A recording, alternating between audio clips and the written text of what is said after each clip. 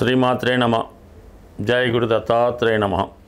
ఈ వీడియోలో మనం మార్చి 1వ తారీఖు నుంచి 31వ తారీఖు మధ్యలో జరగబోయే మాస ఫలితాలు మేషరాశి వారికి ఏ విధంగా ఉంటాయో తెలుసుకునే ప్రయత్నం చేద్దాం. మేషరాశి వారికి ఈ నెల ప్రారంభంలోనే 4 గ్రహాలు వ్యయస్థానంలో ఉండగా ఈ నెల ప్రారంభమైంది. అయితే అదృష్టవశాత్తు 2 గ్రహాలు లాభస్థానమందు, మరొక శుభగ్రహం ధనస్థానమందు వ్యవహరించడం వల్ల ఇంచుమించుగా ఈ నెలంతా కూడా ఆదాయం, ఖర్చులు, బాధ్యతలు వీటి మీదే జాతకం ఆధారపడి ఉండడం జరుగుతూ ఉంటుంది. 12వ స్థానంలో ఉన్నటువంటి గ్రహాలు ఎప్పుడూ కూడా జాతకుడు నుంచి అవుట్ గోయింగ్ మనీ, ఖర్చులు, బాధ్యతలు, నష్టాలు, రోగాలు ఇవన్నీ కూడా తెలియజేస్తూ ఉంటాయి. అయితే ముందుగా ఇంచుమించుగా మనకి మార్చి 14వ తారీఖు వరకు రవి ఏకాదశ స్థానమందు సంచరించడం జరుగుతుంది. సో ఎవరి జన్మజాతకంలో అయినా ఏకాదశ స్థానంలో రవి ఉన్నప్పుడు జాతకంలో ఉన్నటువంటి మిగతా గ్రహాలు కూడా సహకరించడం జరుగుతూ ఉంటుంది. అంటే ఎప్పుడు రవి అన్నది గ్రహరాజు అవటం వల్ల మరి ఒక రాజు ఒక చోటకి వెళ్ళినప్పుడు మిగతా మంత్రివర్గం అంతా కూడా రాజుగారు ఏమి చెప్తే, ఏమి ఇమ్మంటే అది ఇవ్వడానికి రెడీగా మిగతా యంత్రాంగం అంతా ఉన్నట్టే మరి మొదటి 15 రోజులు కూడా జాతకుడికి ఏంటంటే ప్రభుత్వ వనరుల ద్వారా ఆదాయం వచ్చే అవకాశం ఉంది. ప్రభుత్వ పథకాలు మీకు అనుకూలంగా ఉంటాయి. మరి ఏదైనా మీరు ఒక పదవి కోసం కానీ, ఒక నామినేటెడ్ పోస్టుకు కానీ వారసత్వంగా మీకు ఏవైనా ప్రభుత్వం ద్వారా రావాల్సి ఉన్నా, పెద్దవారి ద్వారా రావాల్సి ఉన్నా, లేదంటే మీ యొక్క కట్నంగా కానీ అత్తంటి వారి నుంచి కానీ రావాల్సి ఉన్న ఈ సమయంలో రావడం జరుగుతూ ఉంటుంది. ఒక విధంగా రవి ఈ రాశి వారికి పంచమాధిపతి అవ్వటం వల్ల మీ యొక్క సంతానానికి మీలో ఉన్నటువంటి టాలెంట్కి తగిన గుర్తింపు రావడం జరుగుతుంది. ఒకవేళ మీరు ఏదైనా సంతానానికి ఏమైనా మీ పిల్లలకి ఏమైనా ఉద్యోగం రావాలని కోరుకున్నా, వారికి ఏమైనా మంచి అవకాశాలు రావాలని కోరుకున్నా, ఉద్యోగంలో ప్రమోషన్ రావాలన్నా కూడా మీకన్నా మీ యొక్క సంతానానికి ఎక్కువ లాభసాటిగా ఈ గ్రహస్థితి అనుకూలంగా ఉండడం జరుగుతుంది. శనితో కలిసి ఉన్నటువంటి రవి ఏకాదశ సంచారం వల్ల శని భగవానుడు మీకు దశమాధిపతి కూడా వృత్తి స్థానాధిపతి అవటం వల్ల ఈ 2 గ్రహాల కలయిక మీరు కొత్తగా నిరుద్యోగులైన వారు ఉపాధి అవకాశాల కోసం ప్రయత్నం చేస్తున్నా, ప్రభుత్వ ఉద్యోగం కొరకు ప్రయత్నం చేస్తున్నా మీకు లభించే అవకాశం ఉంది. లేదంటే ఒక అధికారంలో ఉన్నటువంటి ప్రభుత్వ ఉద్యోగులు కానీ రాజకీయ నాయకుల ద్వారా మీకేమైనా లబ్ధి పొందాలని ఉన్నా ఈ సమయంలో మీకు ఈ మార్చి 14వ తారీఖు లోపల లభించే అవకాశం ఉన్నది. ఇక మనకి ఈ మార్చి 14 తర్వాత ఏంటంటే రవి ద్వాదశ స్థానంలోకి ప్రవేశించడం జరుగుతుంది. 12 అంటే మనకి మరి ఖర్చులు అనుకున్నాం కదా. అనూహ్యంగా మీరు ప్రభుత్వానికి చెల్లించవలసినటువంటి ట్యాక్సులు, జిఎస్టీ, ఇన్కమ్ ట్యాక్సు ఇవన్నీ కంపల్సరీగా చెల్లించవలసి ఉంటుంది. లేనిచో ప్రభుత్వ అధికారుల నుంచి ఒత్తిడి రావచ్చు.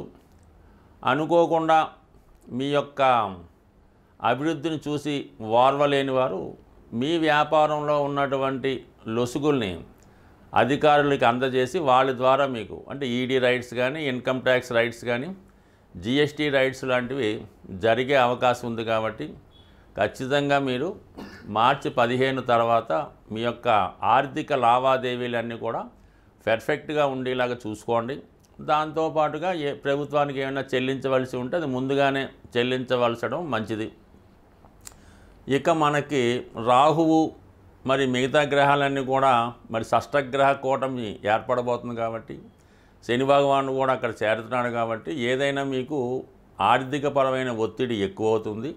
అయితే అదృష్టవశాత్తు భాగ్యాధిపతి మీకు ధనస్థానంలో ఉండడం వల్ల మీ యొక్క దైవబలం అయితేనే, మీ పెద్దవారు చేసుకున్న పుణ్యఫలం అయితేనే ఒక గొప్ప సంపద మీకు రావడం జరుగుతుంది. అది మీ వాక్చాతుర్యం వల్ల, మీ పుణ్యం వల్ల, మీ కుటుంబ సభ్యుల పుణ్యం వల్ల ఒక విధంగా కుటుంబ ఆస్తి పెరుగుతుంది, కుటుంబ సభ్యుల సంఖ్య పెరుగుతుంది, మీ మాటకి విలువ పెరుగుతుంది. కాబట్టి ఏది ఏమైనా మేషరాశి వారు ఈ మార్చి నెలలో ఏదో ఒక విలువైనటువంటి ఎసెట్స్ సమకూర్చుకోవడం జరుగుతుంది.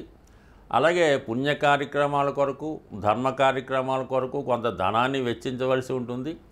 అలాగే అనవసరమైనటువంటి వ్యక్తుల కొరకు, అలాగే రహస్యపరమైనటువంటి ఖర్చులు, waste of money, black money రూపంలో చెల్లించడం, ఇతరులకు ఏదన్నా అపాత్రదానం చేయడం, కొన్ని వ్యసనాలకు కూడా మనీ వేస్ట్ చేయడం కూడా జరుగుతూ ఉంటుంది. అది తప్పనిసరిగా కొన్ని సందర్భాల్లో ఏదో విధంగా మీరు సంపాదించిన ధనం ఈ విధంగా వేస్ట్ అవ్వడం జరుగుతూ ఉంటుంది. కాబట్టి ఏదైనా ఖర్చుల విషయంలో అవుట్ గోయింగ్ మనీ ఎక్కువగా ఉంది. ఆదాయ వనరులు వచ్చినప్పటికి కూడా ఆదాయం కన్నా ఖర్చు ఎక్కువ కనబడుతుంది. కాబట్టి ఆర్థిక క్రమశిక్షణ ఇంపార్టెంటు, ఫైనాన్స్ ప్లానింగ్ ఇంపార్టెంటు. మీరు ఏదైనా ఖర్చు పెట్టినప్పుడు, ఏదైనా కొనాలనుకున్నప్పుడు మీరే దగ్గరుండి చూసుకోవాలి తప్ప మీ అలవాటు ప్రకారం ఇతరుల మీద ఆధారపడితే మరి 10 రూపాయలు దానికి 100 రూపాయలు ఖర్చు పెట్టే అవకాశం ఉంది. జాగ్రత్త వహించండి. ఇప్పుడు ఈ మార్చి నెల రాశి ఫలితాల్లో ముఖ్యంగా ఏంటంటే శుక్రగ్రహం ఉచ్చస్థితిలో రావడం వల్ల కామన్గా ఈ యొక్క లోకంలో, అంటే ఈ ప్రపంచంలో లేదంటే మన సిటీలో మనీ రొటేషన్ అన్నది బాగా పెరగడం జరుగుతూ ఉంటుంది అన్నమాట. ఉచ్చులో ఉండడం వల్ల, అంటే ఖరీదైనటువంటి సౌకర్యాల కోసం అందరూ తాపత్రయపడడం వల్ల మనీ రొటేషన్ పెరుగుతూ ఉంటుంది. ఇదే సమయంలో విలాసమైనటువంటి వస్తువులు, ఖరీదైనటువంటి వాహనాలకి డిమాండ్ కూడా పెరగడం జరుగుతూ ఉంటుంది. ఈ అందరూ కూడా ఏదో ఒకటి కొనుక్కోవాలి, సంపాదించుకోవాలన్నటువంటి విషయంలో ఉంటారు. దాని కొరకు ఏంటంటే ఈ శుక్రుని యొక్క అనుగ్రహం మనం పొందాలి, శుక్రుడు అనుకూలంగా ఉండాలంటే శుక్రుని యొక్క అధిదేవత అయినటువంటి లక్ష్మీ అమ్మవారిని మనం ప్రసన్నం చేసుకోవలసి ఉంటుంది.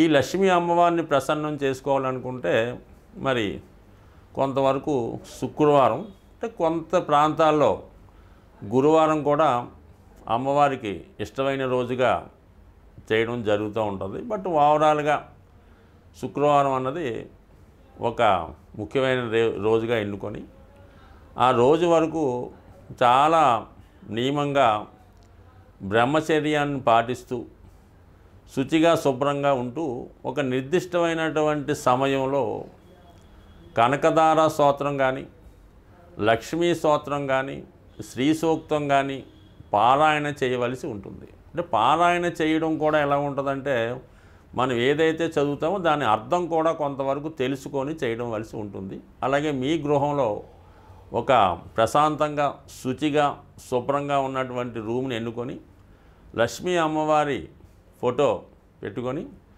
ఎరుపు రంగు పూలతో అమ్మవారిని అలంకరించి ఒక వెండి గ్లాసులో పాలు నైవేద్యంగా పెట్టి ఆ పాల్లో ఏదో ఒక పటిక బెల్లం ఏదో వేసి, తేనె కానీ వేసి, లేదంటే అమ్మవారికి తేనె కూడా సమర్పించి ఆ ప్రసాదాన్ని మీరు మీ కుటుంబ సభ్యులు మాత్రమే తీసుకోవలసి ఉంటుంది.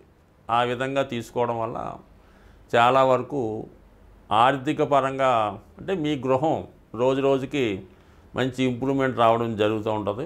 అలాగే కొంత అమ్మవారికి ఇష్టమైనటువంటి వస్తువులు సింపుల్గా ఉంటాయి, అంతే ఏమీ లేదు. తెలుపు రంగు గవ్వలు, అంటే సముద్రంలో ఉండే గవ్వలు ఒక 11 తీసుకొని ఆ 11 కూడా ఒక మంచి పసుపు రంగు వస్త్రంలో మూటగా కట్టి మీ యొక్క క్యాష్ బాక్స్లో పెట్టుకోండి. లేదంటే గోమతి చక్రాలు రౌండ్గా ఉంటూ మరి వాటి మీద ఈ యాంగిల్లో క్లాక్ వైజ్లో సింబల్ అలాగా ఉంటుంది. అవన్నీ సరే ఒక 11 తీసుకొని మీ యొక్క వ్యాపార సంస్థలో పెట్టుకోవాల్సి ఉంటుంది. ఈ విధంగా చేసుకోవడం వల్ల సాధ్యమైనంత వరకు మీకు ధనయోగం కలవాలంటే శుక్రవారం రోజు పులుపు అన్నది నిషేధించడం మంచిది. అంటే పులుపుతో చేసిన వస్తువులు అవి తినకుండా మీరు ఆ రోజు నియమంగా ఉండడం వల్ల చాలా వరకు అభివృద్ధి అవకాశం ఉంది. బట్ అలాగే మీ గృహంలో ఒక కలశం అంటే చెంబు, కొన్ని ప్రాంతాల్లో కలశం అంటారు, అది రాగితో తయారు చేయనటువంటి కలశాన్ని తీసుకొని దాని నిండా సమృద్ధిగా శుభ్రమైనటువంటి వాటర్ వేసి అందులో కొద్దిగా పసుపు ఉంచి, వీలైతే పీచుతో ఉన్నటువంటి కొబ్బరికాయ ఒకటి ఆ కలశం మీద ఉంచి ఇంచుమించుగా వారం అంతా కూడా దాన్ని జాగ్రత్తగా ఉంచి మళ్ళీ నెక్స్ట్ వీక్ కొత్తది పెట్టుకోవడం వల్ల అది ధనాకర్షణ యంత్రంగా మారి మీ యొక్క వ్యాపార సంస్థను కానీ మీ గృహాన్ని కానీ చాలా వరకు ముందుకు తీసుకెళ్తుంది. అయితే ఇటువంటి కలశం పెట్టుకున్నప్పుడు